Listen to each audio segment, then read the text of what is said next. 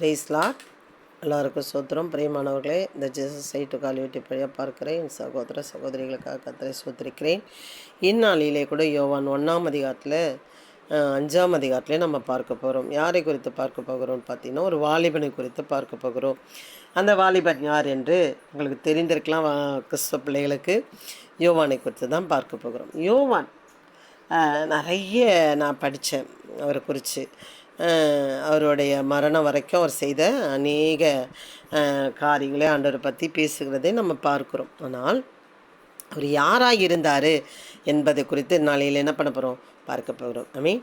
யோவான் அவரை குறித்து, இயேசுவை குறித்து சாட்சி கொடுத்து, எனக்கு பின் வருகிறவர் எனக்கு முன் இருந்தவர், அவருக்கு அப்புறம் பிறந்தாராம், அதனால் எனக்கு அப்புறம் பிறந்தார் தான், ஆனால் எனக்கு முன்னாடி இருந்தவர், ஆகையால் அவர் என்னிலும் மேன்மை உள்ளவர் என்று நான் சொல்லியிருந்தேனே, அவர் இவர்தான் என்று சத்தமிட்டு கூறினான். பிரியமானவர்களே, அவனை இயேசுவாமியை குறித்து அவன் எப்படி அவன் சொல்லுகிறான் என்றால், சத்தமிட்டு கூறுகிறான், சத்தமிட்டு சொல்லுகிறவனாக காணப்படுகிறான். ஏன் அங்கே சத்தமிட்டு சொல்ல வேண்டும், ஏன் பொறுமையாக சொல்லப்பட முடியவில்லை என்று நம்ம பார்ப்போமானால், அங்கே கேட்கிறவர்கள் அதை அசட்டை பண்ணிவிட்டு போகிறவர்களாக காணப்படுகிறது. அதனாலே அவன் என்ன சொல்லுகிறான் என்றால், சத்தமிட்டு அவர் இவர்தான் என்று சத்தமிட்டு கூறினான். பிரியமானவர்களே, பாருங்கள், இயேசுவை குறித்து சொல்லும்படியான ஒருவன் இருந்தான். அவன் எப்படி இருந்தான், முன்னாடி பிறந்தான். பிரியமானவர்களே, நாம் என்னவா இருக்கிறோம், இயேசுவை அறிந்தோம், பெற்றுக்கொண்டோம், அநேக நன்மைகளை பெற்றுக்கொண்டோம், சாட்சி சொல்கிறோம், பொருத்தனை பண்ண நான் செஞ்சிட்டேன்னு சொல்கிறோம், அநேக பேருக்கு நம்ம சொல்லி கொண்டோம். ஓகே, அதோடு முடிஞ்சிச்சா நம்மளோட வேலை அப்படின்னு பார்த்தீங்கன்னா இல்லை. அவன் இந்த யோவான் ஒரு வாலிபன். அவன் அநேக ரொம்ப அது எப்படி அடித்தட்ட மக்கள் மத்தியிலும் ராஜாக்கள் வரைக்கும் அவன் என்ன பண்ணுறான், சுவிசேஷத்தை சொல்லுகிறான். பிரியமானவர்களே, நாம் எப்படி இருக்கிறோன்னா, நம்ம எப்படி சொல்கிறோம், கொஞ்சம் கம்மியாக ரொம்ப கொஞ்சம் தாழ்ந்த நிலைமையில் இருக்கிறவங்க மட்டும் நம்ம என்ன பண்ணுறோம், சொல்கிறோம், விட்டு விடுகிறோம், அவ்வளோதான். ஆனால் அவன் ராஜா வரைக்கும் என்ன பண்ணுறான், நீ செய்கிறது தவறு என்று சொல்லும்படியான சத்தமாக இருந்தான். சரி, ஓகே, ஏன் இவ்வளோ சத்தம், இவர் தான் என்று சத்தமிட்டு கூறுறதுக்கு காரணம் என்ன அப்படின்னு நம்ம பார்ப்போமானால், இங்கே சொல்கிறாரு, அவர் உலகத்தில் இருந்தார், உலகம் அவர் மூலமாய் உண்டாயிற்று, அவர் இருந்ததுனால தான் உலகமே அவர் என்ன பண்ணார், உண்டாயிற்று. உலகமும் அவரை அறியவில்லை. ஏன் அறியவில்லை அப்படின்னு பார்த்தா, உலகத்தில் இருக்கிறது என்ன பண்ணுறாங்க, பார்க்குறாங்க. உலகத்தில் இருக்கிறவங்க சூரியனை பார்த்தா, அப்பா இதுன்னு அப்போ காலையில் வருது, கரெக்டாக சாயங்காலம் போது, இப்போ இந்த பழம் இவ்வளோ டேஸ்ட்டாக இருக்கே, இப்போ இந்த மலை இவ்வளோ பெருசாக இருக்கே, இப்போ இந்த மலையிலேருந்து இவ்வளோ அருவி கொட்டுதே. இந்த உலகத்தில் இருக்கிறவங்க உலகத்தை என்ன பண்ணுறாங்க, பார்த்து கொண்டிருக்காங்க. ஆனால் உலகத்திலிருந்து உலகத்தை படைத்தவரை என்ன பண்ணலை, பார்க்கவில்லை. அதனால் அவன் எப்படி இருந்தான், சத்தமாக சொல்லும்படி அவன் இருந்தான். சரி, அப்போ பாருங்கள், சத்தமிட்டு கூறுறதுக்கு காரணம் அவர்கள் பார்வை எங்கே இருந்தது, அவரிடத்தில் இல்லாமல் இருந்ததுனால அவன் சத்தமிட்டு கூறினான். உலகம் அவர் மூலமே உண்டாயிற்று, உலகமோ அவரே அறியவில்லை. அவர் தமக்கு சொந்தமானதில் வந்தார், ஏதோ எப்படி சொல்கிறது, மாயாஜாலமாக வரல, அவர் சொந்தமானதில் வந்தார்.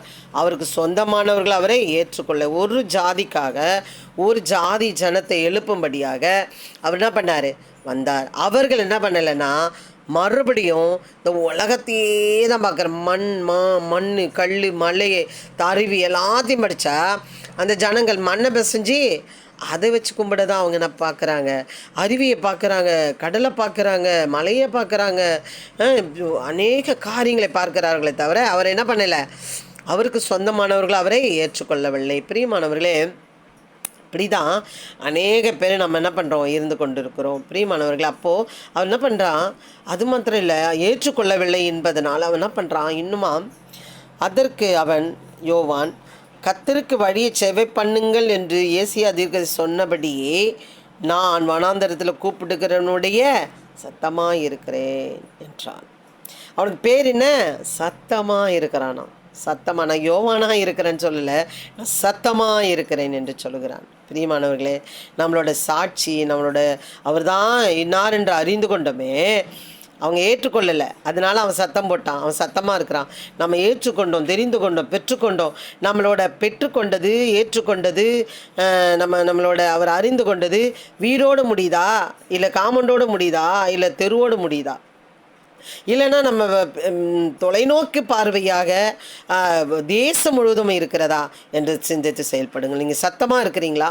இதை பார்த்து கொண்டு இருக்கிற வாலிபனே, வாலிப பெண் பிள்ளையே, பெரியோரே, சிறியோரே, ஊழியக்காரனே, ஊழியக்காரியே, பெற்றுக்கொண்டவர்களே, அவர் அறிந்து கொண்டவர், அவர் இன்னார் என்று அறிந்து கொண்டவர்களே, நீங்கள் யாராக இருக்கிறீங்க? சத்தமாக இருக்கிறீங்களா? உங்கள் சத்தம் எதோடு நிற்கிறது? வீட்டோடு நிற்கிறதா, இல்லை காம்பவுண்டோடு நிற்கிறதா, இல்லை ஒரு தெருவோடு நிற்கிறதா என்று சிந்தித்து செயல்படுங்கள்.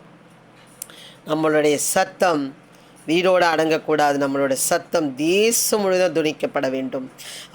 அவனுடைய சத்தத்தை கேட்ட அத்தனை பேரும் பெற்றுக்கொண்டார்கள் ஞானஸ்தானம். நம்மளோட சத்தத்தை கேட்கிறவர்கள் எப்படியா இருக்கிறார்கள் பாருங்கள்.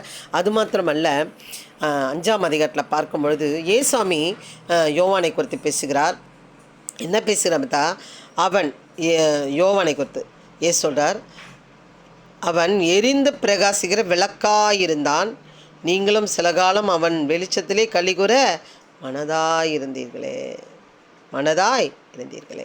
அவன் எரிந்து பிரகாசிக்கிற விளக்காயிருந்தானா. எரிந்துனா இப்போ ஒரு ஒரு ஒரு ஒரு எப்படி சொல்கிறது, நம்ம மேலே கிருஷ்ணாவில் ஊற்றி கொளுத்துனா அது அநேக பேருக்கு வெளிச்சமாக இருக்கும்.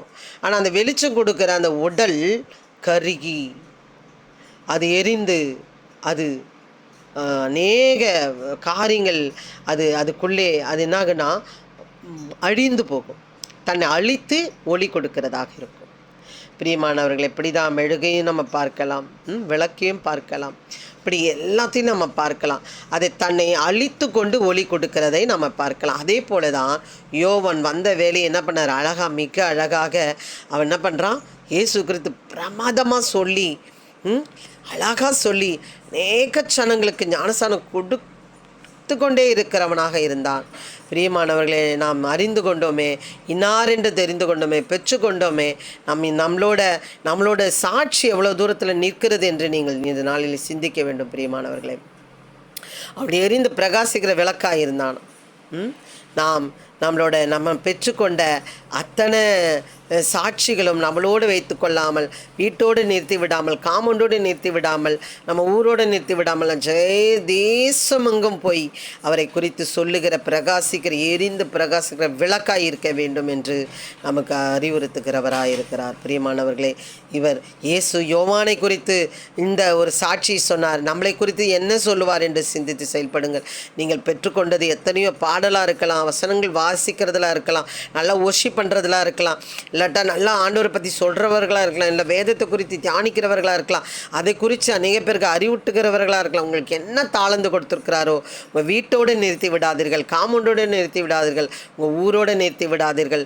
உங்களால் எவ்வளோ தூரம் இந்த வாழ்க்கையை கொடுக்க முடியுமோ கர்த்தருக்காக கொடுங்கள். கண்டிப்பாக கர்த்தர் உங்களை ஆசீர்வதிப்பார். உங்களை அநேக உலகத்துக்கு ஒளியாக, உலகத்துக்கு எரிகிற பிரகாசிக்கிற விளக்காக வைப்பார். பிரியமானவர்களே, நான் அப்படி தான் நினைத்து கொண்டேன். கர்த்தருக்காக பிரகாசிக்கணும் என்று நான் ஒப்பு கொடுத்திருக்கிறேன். நீங்களும் எனக்காக ஜெபித்து கொள்ளுங்கள். நீங்கள் எரிய வேண்டும், பிரகாசிக்க வேண்டும், விளக்காய் இருக்க வேண்டும் என்று நீங்கள் விரும்பினால் கர்த்தரிடத்தில் ஒப்பு கொடுப்போமா? ஆண்டவரே ஏசப்பா, நாளிலே கூட ஆண்டவரே ஏசப்பா, சில நாட்களாக, சில மாதங்களாக, நாட்களாக நான் சொல்லி கொண்டிருக்கிறேன், இந்த வாய்ப்பை நான் விட்டுடக்கூடாது, ஏதாவது கர்த்தருக்காக செய்ய வேண்டும் என்று நான் அங்கலாய்த்து கொண்டிருக்கிறேன்ப்பா. அதுக்கான வழி வாசல்களை எங்களுக்கு திறப்பீராக. இதை ஒப்பு கொடுக்குற அநேக பேர் திறந்து பிரகாசிக்கிற விளக்காக, ஒளியாக இருக்கும்படியா, சத்தமாக இருக்கும்படியா, இந்த பெற்றுக்கொண்டதை அப்படியே அடக்கி வைக்காமல் அதை சொல்லுகிற சத்தமாகவும் எரிகிற பிரகாசிக்கிற ஒளியாகவும் இருக்கும்படியாக நான் செபிக்கிறேன். அப்பா, பொறுப்படுப்பீராக, பலப்படுத்துவீராக, ஆசீர்வதிப்பார், நீ பயன்படுத்துவீராக, பலப்படுத்தும். இயேசு கிறிஸ்து நாமத்திலே ஜெபிக்கிறேன் நல்ல பிதாவே, ஆமென்.